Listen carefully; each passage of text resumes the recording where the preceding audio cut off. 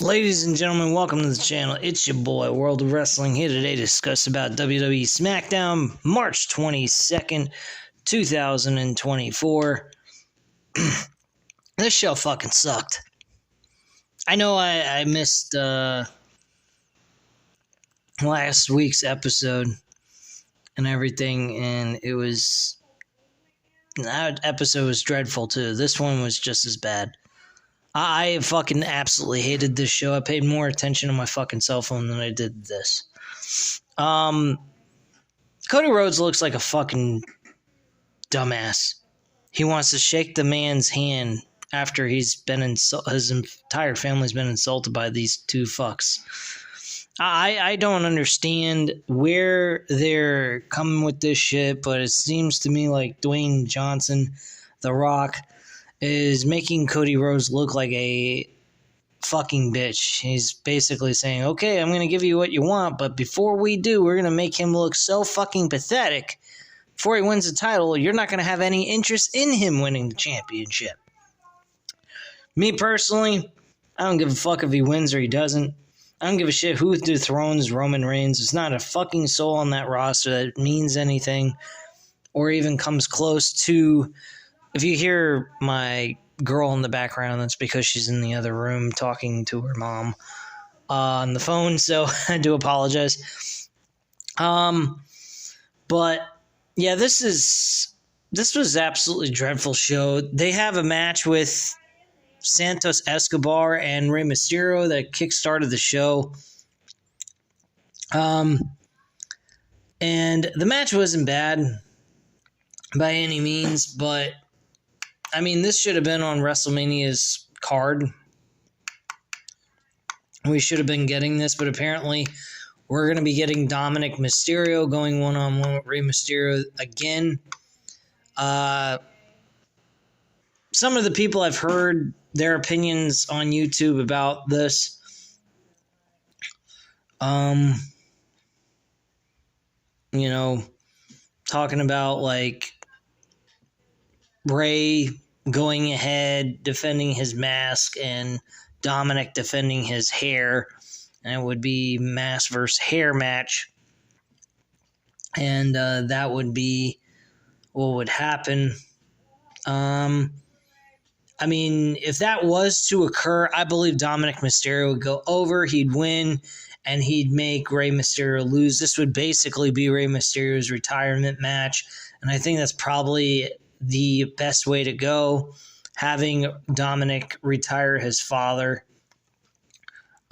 Rey picked up a victory last year. Why not have Dominic this time pick up a huge victory and boost his career a little bit more, put more stock into his name by having him win that match? That's just my viewpoint on it. Dominic Mysterio got in the middle of this match. That's how Santos Escobar won the opener of the show. I thought it was a fairly good matchup. I think that Escobar is being sold short, and don't particularly find that that's a good move. I think Santos deserves to get somewhat of a mid-card push, but unfortunately that's not the case. After the match was over, we go backstage. We get Bayley thanking Naomi for helping her out in the last week. She says it's hard for her to come by friends. Naomi says she's happy to help, but her anger is directed at Io Sky. Bianca Belair angrily comes up to Bayley and says Bayley isn't sorry for what she's done. Everything that is coming to Bayley's way is something she deserves, and Bayley and Belair start to argue before Naomi backs Belair up. I thought this was good. I really like how Belair is kind of coming across like she has a legitimate reason to feel the way she does. I think that that is primary reason why she's looking like she may end up becoming a heel eventually at some point. Or maybe they'll keep her babyface and just kind of change her personality a little bit to make it more entertaining of her being a babyface. That could be another direction they might be going with this. Next up, we had Austin Theory and Grayson Waller going up against the OC in a tag team qualifying match for WrestleMania. This is weird. They seem to have SmackDown's qualifiers in a mini tournament, while Raw is just like you have one match, you're in. This, you have to have multiple matches to be in, and Austin Theory and OC, Austin Theory and Grayson Waller win their matchup. Match was whatever. I mean, it was nothing in spectacular, entertaining. But Waller and Theory will battle the winners of the Street Profits and AOP once that match was completed. The Street Profits actually won that match. They get a video hype of Braun Breaker. I think they're going to start pushing him more on television once they get past WrestleMania. I think that's probably the best bet because there's nothing going for him going into WrestleMania. So why push him so much on the show? I mean, you could have him face, jobbers for the time being, and then after WrestleMania kind of push him to face some names that are more notable on the roster for him to compete up against. But other than that, I mean, really there's nothing creatively that's going to go on with Braun Breaker. Same with Jade Cargill, who was actually showcased on this show as well. She had a video package. Those two are going to be big names that are going to be utilized on this roster a lot, I think. And as long as everything goes well with the reaction with the crowd and everything else in between, their matches go over well and people are responding to their work, I think they're going to be major players on SmackDown. So it should be interesting to see some new blood on WWE, seeing where they're gonna go with their careers and so forth. So it should be pretty interesting to watch these two build up their careers as we move along in the year 2024 into 2025. They both were very successful in the Royal Rumble, so I got to give them a lot of credit, both of them. Next up, we had Naomi versus Io Sky going one-on-one. And I didn't pay much attention to this at all. I didn't care. Io Sky won the match. Not like it fucking matters. Like, do I give a shit? No, I don't. So Io Sky won, beat Naomi. After the match was over, Bianca Belair came down to try to make a save.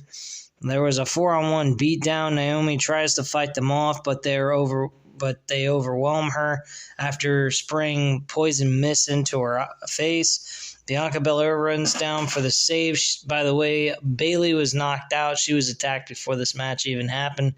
And Belair sends Dakota into the steps and takes out everyone in the ring. Kairi Sane grabs the braid, but Belair takes her out with a glam slam, and Belair goes for the KOD on Sane.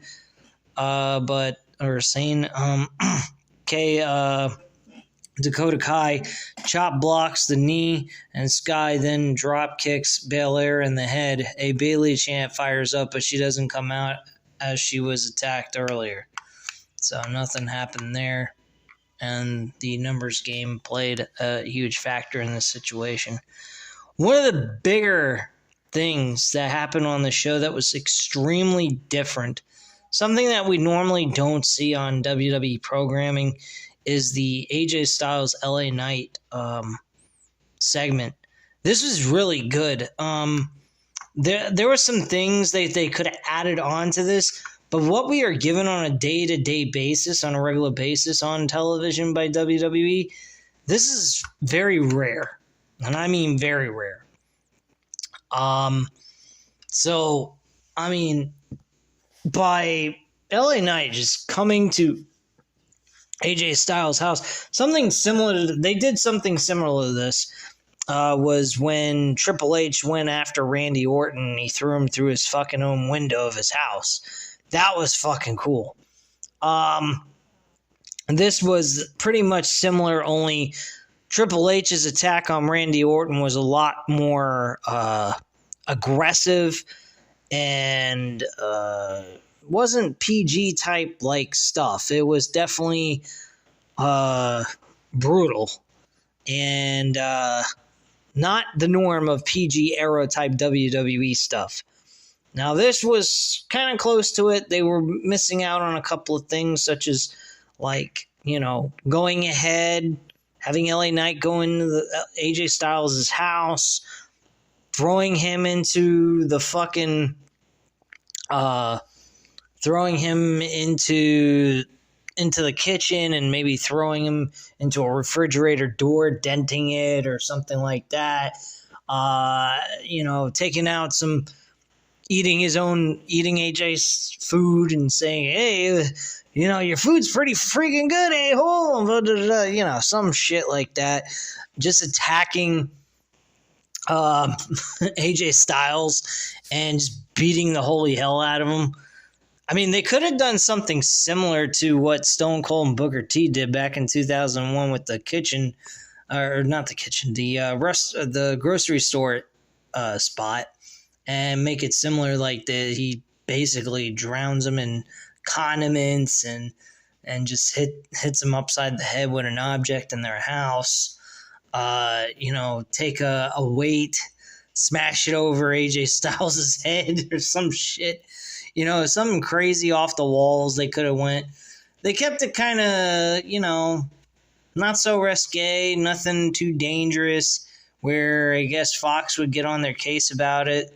So they just pretty much kept it outside instead of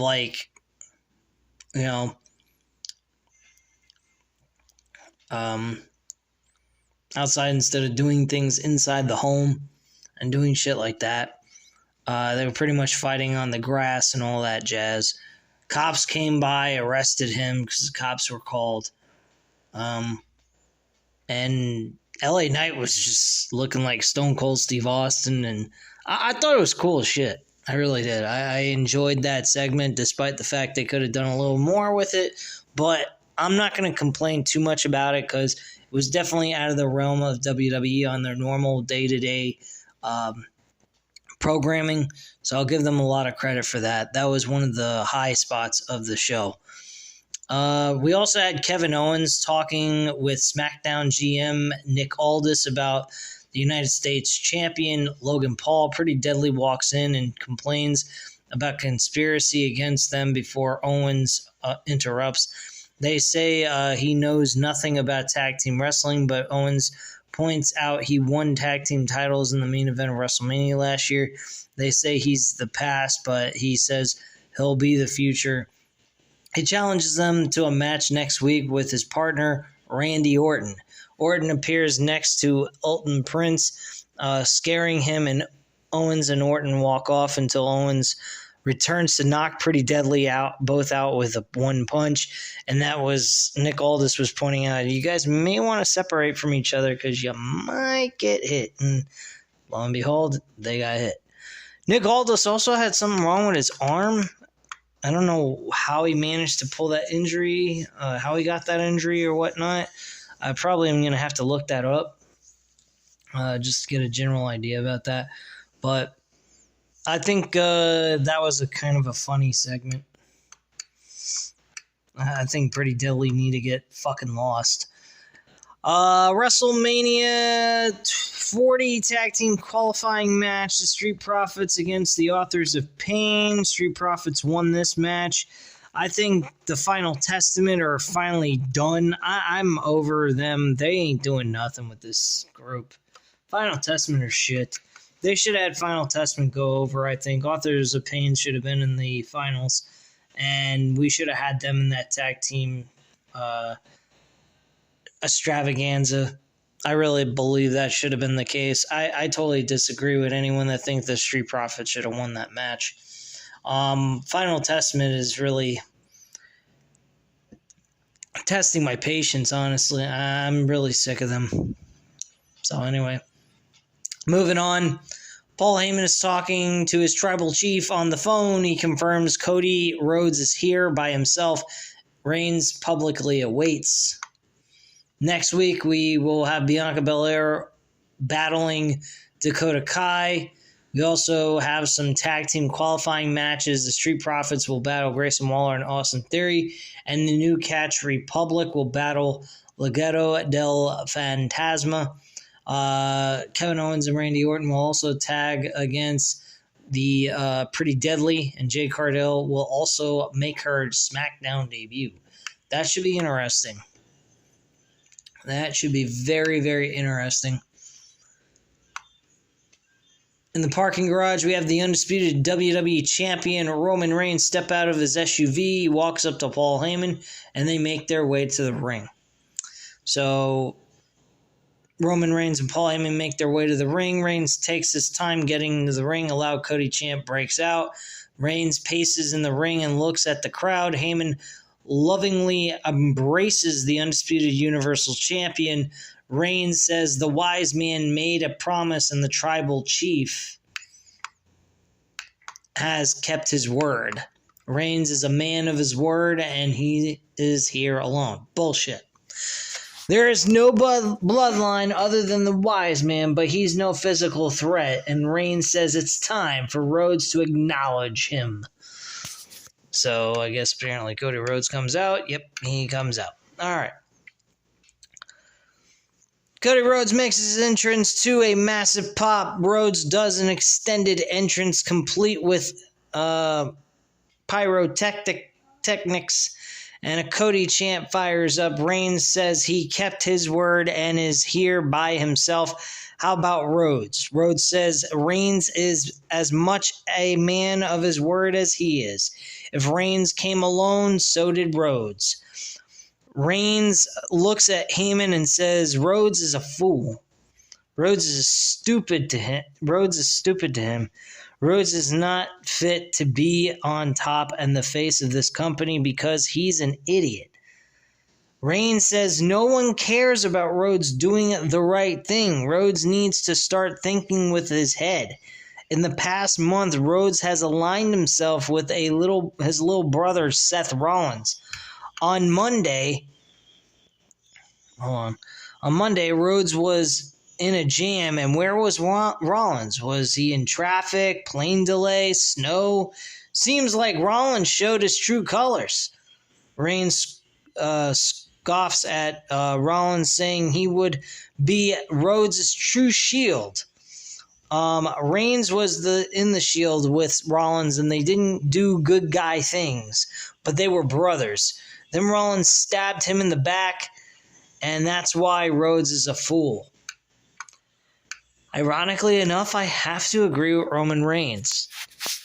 For all we know, this could be Seth Rollins' whole operandi is not about Cody getting a fair shot at becoming the WWE champion, but more along the lines of the fact that this is Reigns we're talking about. They were brothers. He's jealous of the success that Roman Reigns has, and he wants to eliminate Reigns from having that success to continue after WrestleMania because he's fed up of him shitting all over the World Heavyweight Championship, so he wants to make sure Reigns loses the title. Wouldn't matter if it was Cody Rhodes going after the title. Wouldn't matter if it was the guy at the concession stand that was challenging for the World Championship.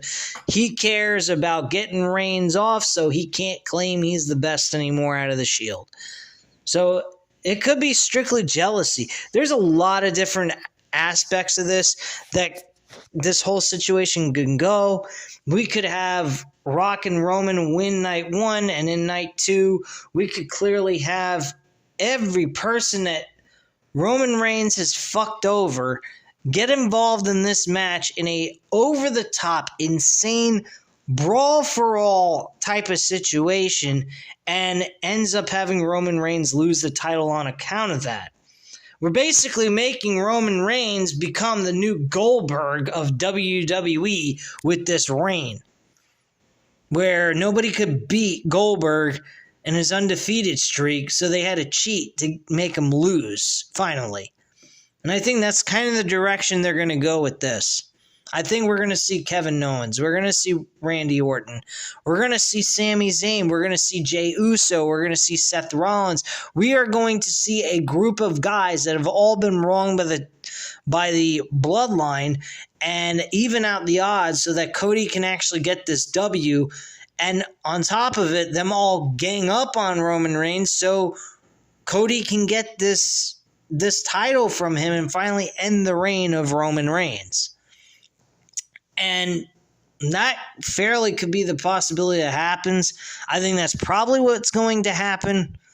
More than likely, I don't think that Cody's going to go into this and make him go over on everyone in the bloodline. That is just absolutely asinine. There is no way in hell people are going to buy into this bullshit. No way. Neither am I.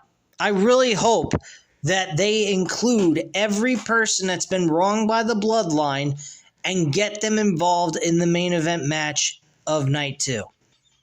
They have to. It is important. It is a very important thing for them to do. Fuck, even LA Knight should be in this.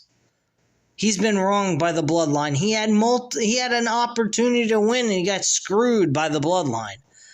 I mean, there are tons of people they fucked over, and what better way to get even than to make sure Roman Reigns doesn't walk out of WrestleMania this year without the title while they all help Cody win the fucking belt, being that the match would be a no disqualification match.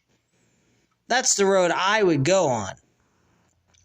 The other option is if they want to make it one-on-one strictly between Roman and Cody, Rock would have to take an L. I don't see The Rock willing to take an L in his first match back in WWE since 2013. That was his last actual match. I don't even count the one he had at, I think it was WrestleMania 32 against Eric Rowan. I don't even count that. So, personally, I believe that this is going to be a no-holds-barred match, and we're going to see everyone involved that was wronged by the bloodline as well as the bloodline being involved in this match. If they go the route that I just said, where they have Cody go over on the entire bloodline and manage to pull this off by himself, that's ridiculous. I'm not going to care a flying fuck then about Cody Rhodes' reign, because all they're making him out to be is this so-called superhero who's not even a superhero. It's just an average Joe, entertaining wrestler who has an amazing talent, but you want to turn him into Superman or Batman or some fucking comic book character, you're going to burn Cody Rhodes' creative booking to a crisp. They're already working on it. I mean, it's just brewing at this point. If they go that route, they're pretty much fucking screwed Cody Rhodes in a nutshell. I will not give two flying craps about Cody Rhodes. It'll just be nice to see someone else hold that fucking title already than Roman Reigns. That's about it. Other than that, I don't give a fuck what they do with Cody Rhodes after this, if that's the direction they go with. But to each his own, I guess. Anyway, Rhodes then says he remembers the Shield. They were unstoppable and undefeated. Does Reigns remember the first team that beat the Shield? Here's a hint. The last name was Rhodes. Rhodes appreciates this education and venom-laced wisdom Reigns is dropping. Rhodes points out he has bullet cuff links on, so he's not unfamiliar with factions and betrayals while he was off doing something else. Rhodes asks if he can trust Seth freaking Rollins. If he can trust Seth Rollins. Rhodes asks the crowd, and they cheer, of course. Rollins says Rollins might hate his guts, but Reigns might be right. Rhodes knows one thing. He hates Reigns even more. So he got that point. So he actually has acknowledgement that there's a possibility that Seth doesn't give two flying fucks about him. It's all about trying to dethrone Roman Reigns, and that's really where it all stands at this point. Rhodes will see Reigns' situation and raise Reigns another. Can Reigns trust his partner at WrestleMania? Can Reigns trust The Rock? Oh, God, this is so stupid. Who's trusting who? Can we get to the fucking match that they're supposed to have on night 2? Like, aren't we supposed to be talking about that? That's why this face-to-face occurred between these two. Not further talking and discussions about the tag team match that's going to happen on night 1 that includes The Rock. This is all it's not a bad word. Not a good word to use. It is all centered around The Rock. That's what this shit's all about. It's about The Rock and what is he going to do? How's the tag team match going to go? That's what the real main event is. It's not even the World Championships as a main event. I considered Seth and Drew McIntyre's match for their world title more meaningful than this one. Not one thing was mentioned in this entire promo about their match last year and how Roman Reigns fears Cody is the guy that can actually beat him finally for that title. If that was not the case, he wouldn't have had to cheat last year to retain the title with Solo Sikoa. And even some facial expressions expressed the same exact thing last year he showed. He has belief that Cody could be the guy that has the ability to dethrone him. And nothing was addressed about that. All was addressed in this entire promo was the fucking tag team match. Nothing about last year. Nothing about individual wrestling. They're talking about tag team wrestling. We are not doing honestly, I'll be honest with you guys. They should have just made the fucking WWE Undisputed Championship match a fucking tag team match. And if Reigns wins, if his team wins, Reigns retains his title. And if Cody wins, Cody's team wins, Cody wins the title. They should have just done it like that. If they want to get all crazy like this, they might as well just done that and solve the fucking problem. I mean, then again, you could have had Seth Rollins. If he pins Roman, well, guess what? He becomes the WWE Undisputed Champion and the World Heavyweight Champion. I mean, that's a possibility, but they're not doing that. They're doing this 2-night bullshit crap. If you wanted to do 2 nights, they should have just had Roman and Rock go one-on-one. And then Cody faces Roman the next night. This is just so fucking stupid, really. The whole thing's complicated. It hurts both parties. It hurts The Rock. It hurts Cody. It hurts Roman Reigns. I mean, they're sending this all around fucking a tag team match that ain't even the main event of WrestleMania. It's just a co-main event for night 1. And then night 2 is the actual main event of WrestleMania.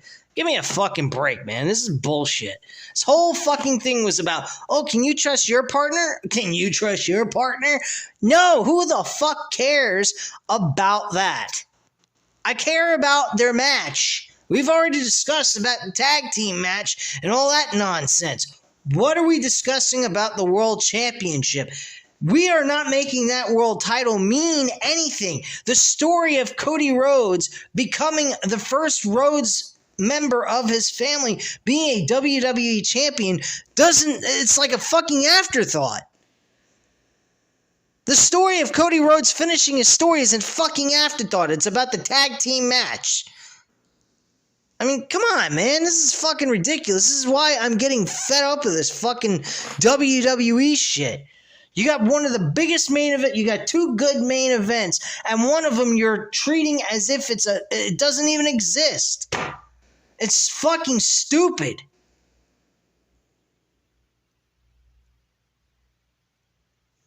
Anyhow, let's continue with the dialogue of this fucking pathetic promo. Probably one of the worst promos out of the entire WrestleMania build for these 2 main event matches. Absolutely fucking dreadful. Nothing addressed that's important. Just nonsensical, can you trust that guy? Can you trust this guy? Fuck off with this tag team match just because The Rock is in it. Jesus criminy.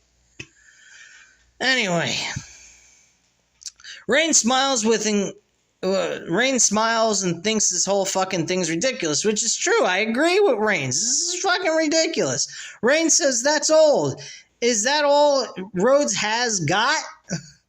This was spoken and spun like a true politician. Makes Cody Rhodes look like a fucking heel at this point. And it's true, he does sound like a fucking politician. He dresses and looks like a fucking politician at this point. Is Rhodes running for governor? Probably so. Reigns sarcastically offers to have Rhodes kiss some babies in the crowd. Rhodes promises things but doesn't keep them. Rhodes told the people lies, but they never come to fruition. Rhodes is number 2, and that's okay because there are a lot of great number 2s. You're the greatest number 2 of all time. Reigns is number 1 forever. Yeah, because of creative making you look like number 1, you fucking dickhead. Anyway, Rhodes thinks about what Reigns said. Reigns grew up in this industry like Rhodes did. Reigns probably looked in a mirror and wanted to be the next face of a generation. Rhodes mentioned Bruno Sammartino, Ric Flair, The Rock, Austin, and John Cena. Rhodes says, oh yeah, you also mentioned Hulk Hogan. I forgot to write that in this fucking WrestleView.com website. Which is one of the biggest names in pro wrestling. If that wasn't for Hulk Hogan, there wouldn't be a fucking wrestling. There wouldn't even be a WrestleMania without Hulk Hogan. Where do you think they get the name WrestleMania from? Hulkamania, dumbasses. Anyway, Rhodes says he's conceded that to Reigns. Many kids will grow up wanting to be the next Roman Reigns. That is his destiny, but Reigns is unfamiliar with Rhodes. Rhodes says when it comes to WrestleMania and who defeats him for the title he's held for so long, Rhodes isn't number 2, he's the 1. Rhodes wishes Reigns luck at WrestleMania, extends his hand. Reigns declines to shake his hand, backs up and shakes Paul Heyman's hand. Fucking mocking Cody Rhodes for wanting to shake his hand. And why would you at this point? Why? You ducking the guy who won the Royal Rumble, had the right to face you for the championship, shits on your family along with The Rock, and you want to shake the man's fucking hand? He should have been hitting him upside the head with the fucking microphone or punching him straight in his mouth or something. I mean, the whole thing was a joke. And they walk out of the ring. Solo Sikoa and Jimmy Uso make their way through the crowd, and they slowly approach Rhodes, who's preparing for a fight. And then the main event, Jey Uso and the world champion Seth Rollins then come through the crowd as well. And they stand in front of the ring and laugh at the Bloodline. The Bloodline declines to attack. And that's how the show goes off the air. What? And there's a possibility that we could see a 6-man tag team match on April 1st, the last Raw that we'll ever get before WrestleMania, to see the fucking Solo Sikoa, Roman Reigns, and Jimmy Uso go up against Seth Rollins, Cody Rhodes, and Jimmy Uso. 2 matches that are supposed to be taking place in WrestleMania's card, where we could potentially see Jimmy and Jay touch each other and fucking end up whacking each other out. Then you got, so Solo Sikoa would have to be the guy that takes the L in this match, nonetheless, because Seth Rollins can't suffer a loss. Jey Uso can't suffer a loss. Jimmy can't take the L because he's already got a match with Jay. And Roman Reigns, of course, sure as hell can't take a loss. So what do we got? Solo Sikoa, step right up. Take your L, please. Come on, man. You're going to fucking tell me that that's what we're going to get for main event of Raw next week? That's a fucking joke. We shouldn't even see that match take place. I'm sorry. This show fucking sucked ass. They are basically coasting at this point with fucking the build towards WrestleMania. Now that they got their main event and they got all this, they are just basically coasting on SmackDown. Raw, I can at least say, yeah, it's 3 hours, it's somewhat boring, but fuck, man, they at least give you some intrigue on the mid-card matches that they're building up. And Seth and Drew McIntyre's main event for Raw for WrestleMania is far superior than fucking Roman Reigns and Cody Rhodes at this point. This is fucking bullshit. Straight up, guys. Anyway, that is all I have to say on this shitty-ass fucking SmackDown. I didn't feel like coming on here and reviewing, but I did skip last week. I felt like, you know, whether it's good or not, I should come on here and discuss it with you guys. But anyway, at this time, if you enjoyed the video, by all means, hit the like button, hit the subscribe button if you're not already subscribed to the channel, and leave a comment down below. I'll definitely get back to you on that. Thank you guys very much for watching, and have a great night. Bye.